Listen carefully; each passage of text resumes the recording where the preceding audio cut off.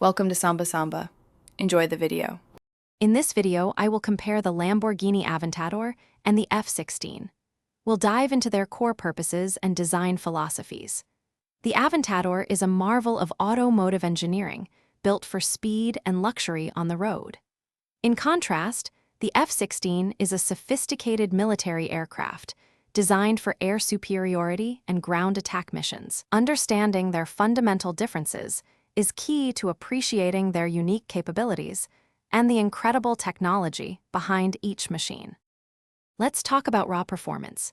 The Lamborghini Aventador boasts impressive acceleration, going from 0 to 60 miles per hour in under 3 seconds.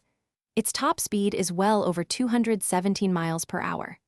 The F16, however, operates on an entirely different scale.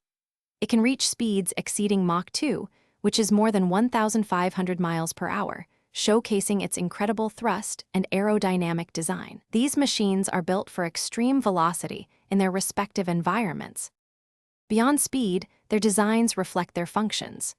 The Aventador's sleek, aerodynamic body is crafted for road performance and aesthetic appeal, often featuring a carbon fiber monocoque for lightness and rigidity.